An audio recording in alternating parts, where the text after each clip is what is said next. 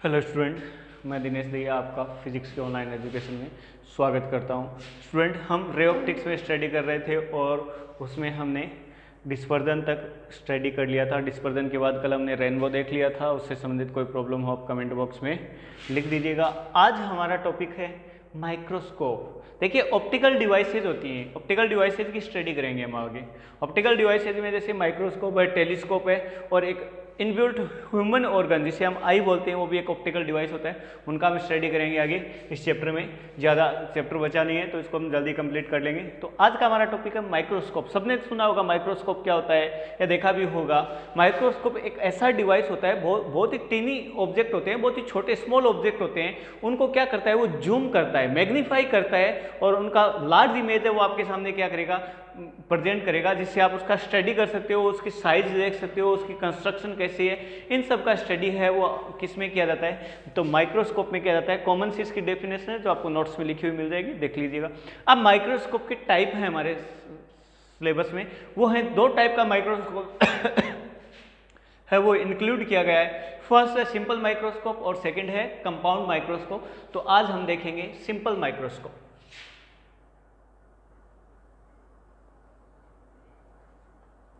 Simple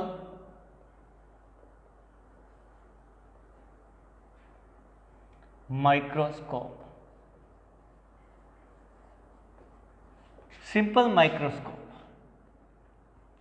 देखिए student, simple microscope जो common आपका कॉन्वेक्स लेंस होता है उसे क्या कहा जाता है, सिंपल माइक्रोस्कोप कहा जाता है। आपने देखा होगा कि कुछ बहुत छोटे ऑब्जेक्ट्स होते हैं, उनको देखने के लिए मूवीज वगैरह में दिखाया जाता है कि एक लेंस से उनको मैग्नीफाई करके उनको क्या किया जाता है, रीड किया जाता है। तो आपका सिंपल माइक्रोस्कोप होता है। सिंपल माइक्रोस्कोप में या फिर कॉमन कॉन्वेक्स लेंस होता है, उसमें हम देखें तो ऑब्जेक्ट की जो पोजीशन होती है उसके अकॉर्डिंग इमेज है उसका साइज बनेगा।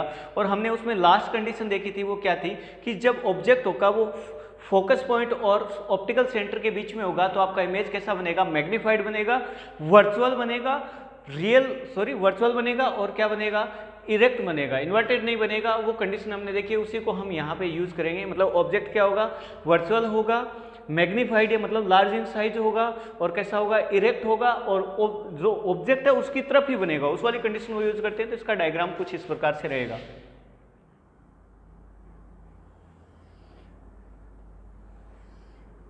ये कॉन्वेक्स लेंस है, ये इसका ऑप्टिकल सेंटर, ये इसका फोकस पॉइंट F और ये ले लिया हमने 2F। अब देखिएगा स्टूडेंट, ये इसका प्रिंसिपल एक्सिस है। यहां F और O के बीच में क्या लेंगे हम, एक ऑब्जेक्ट लेंगे। F और O के बीच में एक ऑब्जेक्ट लेंगे AB। ये AB कोई ऑब्जेक्ट है। अब इस ऑब्जेक्ट से दो लाइट रे हम क्या करेंगे, ट्रेवल करवाएंगे। First parallel to principal axis है, ये पैरेलल टू प्रिंसिपल एक्सिस गई। इस लाइट रे का क्या होगा, ये पैरेलल टू प्रिंसिपल एक्सिस होता है, वो क्या होती है, रिफ्रैक्शन के बाद और आपके फोकस पॉइंट से पास होगी। तो इसके जो नेक्स्ट फोकस पॉइंट होगा उससे ये पास हो जाएगी, ये इस प्रकार से जाएगी। ये फोकस पॉइंट F डैश दे सकते हैं, ये इधर 2F डैश हो गया।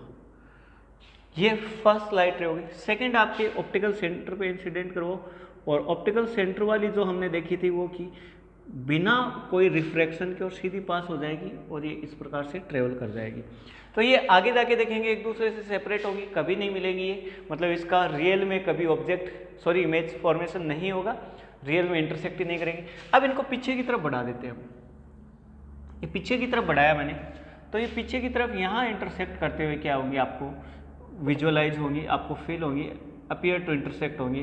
तो यहाँ क्या बनेगा, इसका वर्चुअल इमेज बनेगा जिसका नेम दे दिया हमने A dash B dash. Virtual image है, मैग्नीफाइड है, लार्ज इन साइज है और इरेक्ट है ये इमेज। तो ये वाली पोजीशन को हमने पहले बना लिया था जब हमने ऑब्जेक्ट और इमेज की जो पोजीशन का स्टडी किया था, तब देखा था हमने। तो ये आपका डायग्राम क्या हो गया, प्रिपेयर हो गया है। अब इसमें ध्यान रखिएगा F और O के बीच में, ये हो है F और O के बीच में ऑब्जेक्ट को इस प्रकार से लोकेट किया जाता है कि जो आपका इमेज बनेगा उसका डिस्टेंस इस प्रकार से होना चाहिए कि जो मिनिमम डिस्टेंस होती है आपके देखने की उसके ऊपर बने। मिनिमम डिस्टेंस ऑफ वॉचिंग या ऑब्जेक्ट को देखने का मिनिमम डिस्टेंस होता है वो कितना होता है 25 सेंटीमीटर होता है, उस पर बने, इसे डी से दर्शाया जाता है।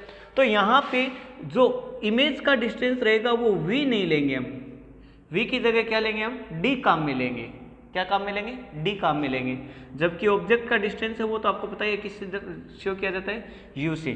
तो यहाँ वी की जगह क्या आ जाएगा, डी काम में आ जाएगा, क्योंकि आपको इसको मैग्नीफाइड देखना है और अच्छे से देखना है ताकि आप इसका क्या कर सको, इमेज का शॉर्ट जो स्मॉल इमेज है उसका स्टडी कर सको, इसलिए ये डी पे बननी चाहिए आपकी फाइनल इमेज है। इस प्रकार से इसको सेट किया जाता है। तो ये आपका डायग्राम हो गया इसमें कंप्लीट। अब इसका हम मैग्निफिकेशन पावर निकालेंगे या मैग्निफिकेशन कैपेसिटी निकालेंगे। तो मैग्निफिकेशन पावर होगा, उसमें के दो फॉर्मूले काम में आएंगे, और उसमें सॉरी उसका फॉर्मूला होता है angle created by image on optical centre. तो ये आपकी इमेज है ए डैश बी डैश, और ये इमेज पे कितना एंगल क्रिएट करेगी ऑप्टिकल सेंटर पे, उसको ले लिया हमने बीटा। उसके बाद स्टूडेंट एक एंगल और आएगा, angle created by image size of object. जो ऑब्जेक्ट है उसके साइज का क्या लेंगे हम, इमेज लेंगे। तो ऑब्जेक्ट के साइज का इमेज हम नीचे ले लेते हैं। इमेज मान लो बी डैश से शुरू हो रहा है और ए बी के जितने का साइज ले लेंगे तो ये यहाँ आ गया। ये बी डैश ओ से ऑप्टिकल सेंटर आपका ओ, और ये इतना एंगल क्रिएट कर रहा है, इसको देंगे हम नेम अल्फा। ये बी डैश है और ये इस पॉइंट को दे दो क्यू, मतलब इतना ही बड़ा इमेज लेंगे, पूरा ए डैश बी डैश ए डैश के जितना बड़ा इमेज नहीं लेंगे। तो यहाँ क्या बता देंगे हम नीचे कि आपका जो बी डैश क्यू है वो किसके इक्वल होगा, ए बी के। एक्चुअल में ये है इमेज, क्योंकि इमेज का डिस्टेंस कितना है, डी है, ऑब्जेक्ट का यू है। तो डिस्टेंस तो ऑप्टिकल सेंटर से कितनी रहेगी, डी रहेगी, पर इमेज का साइज कितना कर देंगे हम, इमेज का साइज है वो ऑब्जेक्ट के साइज के इक्वल कर देंगे। तो ये आपके सामने दो डायग्राम बनेंगे इसमें, क्योंकि ये डायग्राम अगर इसी में बना देते हैं, हम यहाँ बना सकते हैं इसमें ऐसे डैश डैश डैश करके यहाँ से एंगल बना देते, पर वो डायग्राम कॉम्प्लिकेटेड हो जाता है, इसलिए क्या किया हमने इसको सेपरेट बना लिया। तो ये आपके सामने दोनों इसके डायग्राम कंप्लीट हो गए हैं। ये डायग्राम इमेज के साइज की सॉरी ऑब्जेक्ट के साइज के इमेज के द्वारा बनाया गया एंगल है, जबकि यहाँ ये बीटा है, ये किसके द्वारा, इमेज के द्वारा बनाया गया एंगल है। तो इसके बारे में हमने देख लिया है। अब स्टूडेंट हम इसके मैग्निफिकेशन पावर निकालेंगे इसकी।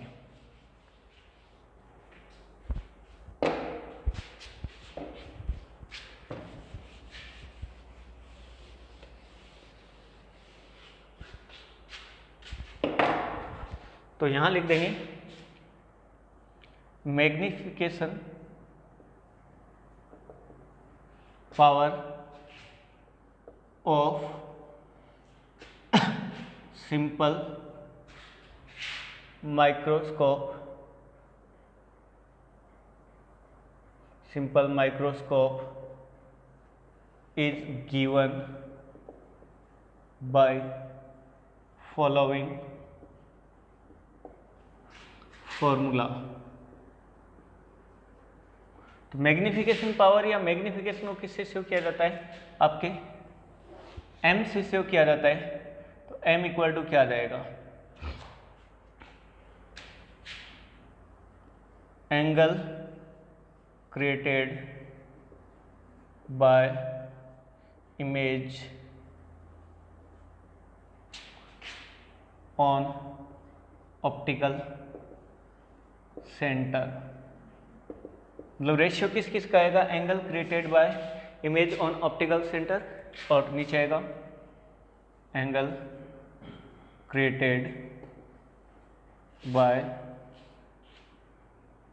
ऑब्जेक्ट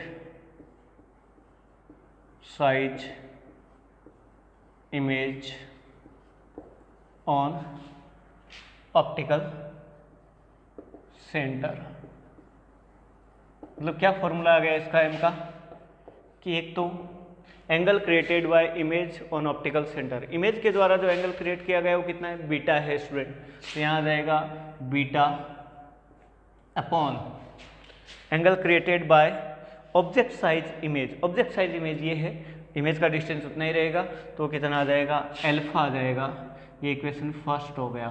तो आपके सामने ये आपके मैग्निफिकेशन पावर का फॉर्मूला आ गया है, m equal to beta upon alpha. अब स्टूडेंट हम क्या करेंगे, इसमें बीटा और अल्फा का वैल्यू निकाल लेंगे और उसको क्या कर देंगे, पुट कर देंगे। तो पहले इस ट्राइंगल में देखिए, triangle B dash Q O, in triangle B dash Q O. इसमें tan अल्फा लगाएंगे। अल्फा क्या होता है? परपेंडिकुलर अपॉन बेस होता है, तो यहाँ परपेंडिकुलर कौन बनेगा? बी डैश क्यू बनेगा, जबकि बेस क्या बनेगा? बी डैश ओ।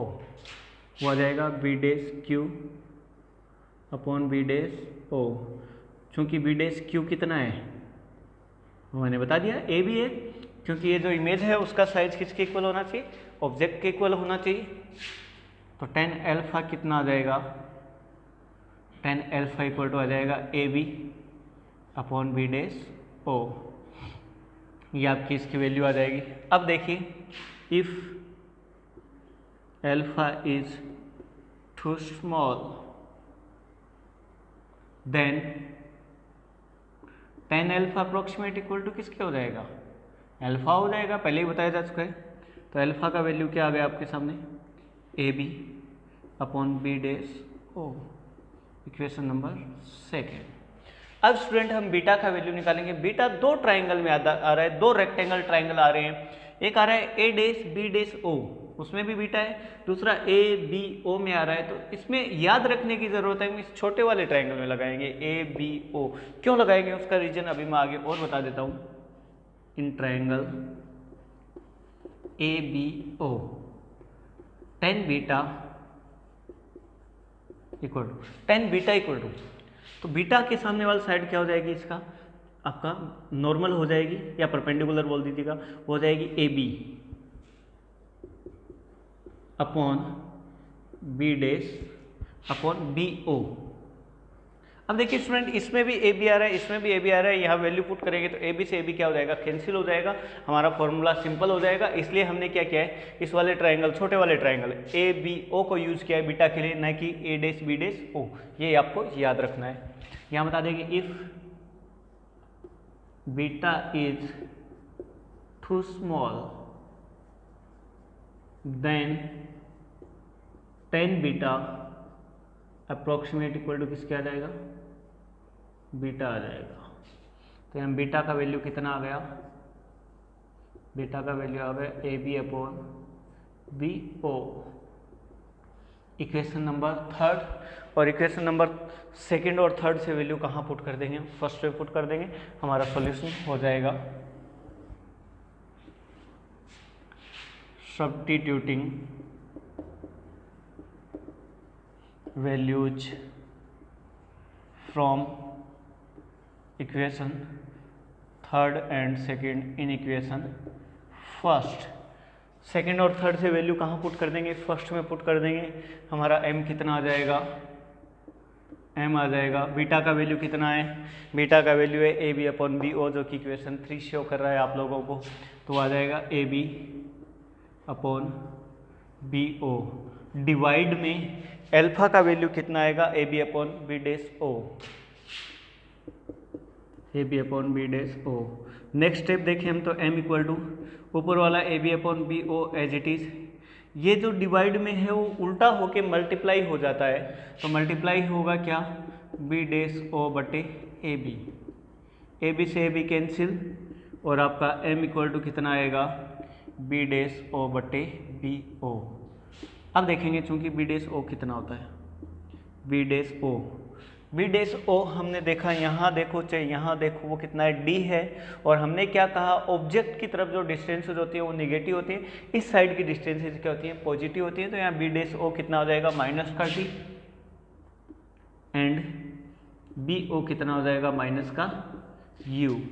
तो m कितना आ जाएगा? -d अपॉन माइनस का u, माइनस का minus cancel, m equal to D by U. तो स्टूडेंट ये आपका मैग्नीफिकेशन पावर आ गया है किसका? सिंपल माइक्रोस्कोप का आ गया है। अब देखिए हम सिंपल माइक्रोस्कोप का ये d अपॉन यू है। हमें पता है कि लेंस का मैग्नीफिकेशन पावर कितना होता है? मैग्नीफिकेशन कितना होता है? v अपॉन यू होता है। हमने पहले ही देख लिया है कि लेंस का मैग्नीफिकेशन कितना होता है? v upon you. तो सेम है, बस अंतर कितना है? d का। यहाँ पे डिस्टेंस को, इमेज की डिस्टेंस को v ले रखा था, जबकि यहाँ कितना ले रखा है? d ले रखा है। मतलब हमारा इमेज है वो न्यूनतम देखने की स्पष्ट जो क्लियर डिस्टेंस होती है मिनिमम विजुअलाइजेशन की, उस पर बनना चाहिए। मिनिमम डिस्टेंस ऑफ विजुअलाइजेशन होता है डी, जो कि 25 सेंटीमीटर होता है, उस पर बनना चाहिए। तो उसी पे हमने ले रखा है, तो इसलिए फॉर्मूला चेंज आ गया है, बाकी कोई दिक्कत नहीं है। तो ये आपके सामने पूरा डेरिवेशन है सिंपल माइक्रोस्कोप का। उसमें मैग्निफिकेशन पावर कितनी आ गई है, m = d/u। अब इसकी दो स्पेशल कंडीशंस होती है, उनको और देख लेते हैं। मेन फॉर्मूला आपके सामने है। ओके स्टूडेंट, तो इसमें स्पेशल कंडीशंस देखते हैं। तो फर्स्ट है if image is formed at infinite. और आपको पता है कि इमेज इन्फानाइट में कब फॉर्म्ड होती है, जब आपका ऑब्जेक्ट कहाँ पे रहे, फोकल पॉइंट पे रहे या फोकस पॉइंट पे रहे, फोकल लेंथ पे अगर वो लोकेटेड हो तो रहेगा। देखिए हमने मेन मैग्निफिकेशन का फॉर्मूला देख लिया था, m = d/u, इसी को यूज करेंगे हम। तो if image is formed at infinite, तो सीधी सी बात है, तो आपका u = कितना हो जाएगा, f हो जाएगा इस कंडीशन में, क्योंकि ऑब्जेक्ट है वो फोकस पॉइंट पे रहेगा, तभी इमेज कहाँ बनेगा, इन्फानाइट पे। तो फॉर्मूला क्या आ जाएगा उस कंडीशन में, m = d as it is रहेगा, u की जगह क्या आ जाएगा आपका, f आ जाएगा। तो ये आपकी फर्स्ट कंडीशन हो गई है। If image is formed at infinite then magnification power of simple microscope is equal to m = d/f। Second अब देखेंगे, if image is formed at minimum distance of visualization, मतलब न्यूनतम देखने की जो डिस्टेंस होती है, मिनिमम देखने का जो विजुअलाइजेशन का डिस्टेंस होता है, उस पर बन रहा हो। तो if image is formed at minimum distance of visualization, उस कंडीशन में क्या होगा, इस कंडीशन में हम लेंस के लिए जो यूवीएफ में रिलेशन है उसको यूज में लेंगे, by the relation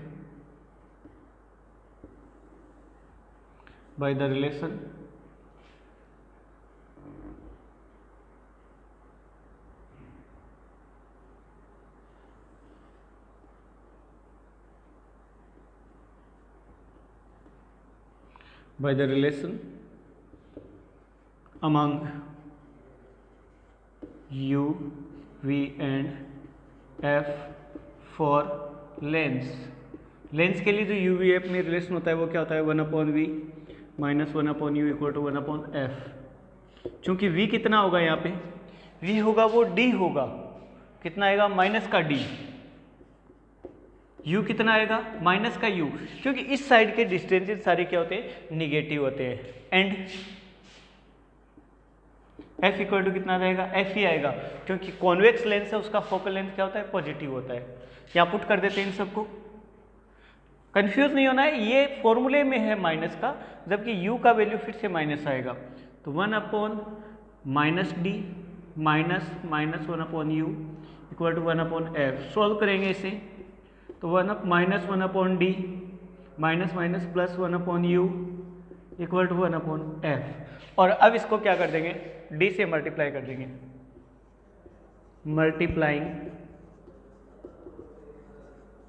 above equation by capital D से मल्टीप्लाई किया, तो प्रत्येक ईच एंड एवरी स्टेप होगा वो मल्टीप्लाई होगा, -1/d × d plus 1/u × d = 1/f × d। अब इसे देखें तो क्या आएगा, d से d कैंसिल, माइनस का 1 प्लस ये हो जाएगा d/u = क्या आएगा, d/f। ओके स्टूडेंट, अब माइनस का 1 है, इसको इधर भेज देते हैं, LHS RHS की साइड भेज देंगे। तो वैल्यू क्या आएगा आपका, माइनस का 1 इधर चला जाएगा तो d/u रहेगा, माइनस का 1 उस साइड जाके हो जाएगा प्लस का 1, तो प्लस d/u हो जाएगा, d/f सॉरी, माइनस का 1 इधर आके इस साइड में प्लस का 1 प्लस d/f हो जाएगा, तो 1 + d/f। अब देखिए चूंकि d/u कितना होता है आपका, m होता है, तो d/u = m लेने पर यहाँ क्या आ जाएगा, m = 1 + d/f तो आपकी इस condition minimum distance of visualization पर जब आपका इमेज बन रहा हो तो उस कंडीशन में आपका मैग्निफिकेशन कितना आएगा, m = 1 + d/f। ये स्पेशल कंडीशन आपके न्यूमेरिकल्स में काम आती है। कौन सी कंडीशन के अकॉर्डिंग आपको न्यूमेरिकल पूछ रहे हैं उसके लिए आप इसे देख लीजिएगा। पूरा सिंपल माइक्रोस्कोप का टॉपिक आपको आज करवा दिया गया है। कोई समस्या हो तो आप इसको कमेंट बॉक्स में बता दीजिएगा। Thank you.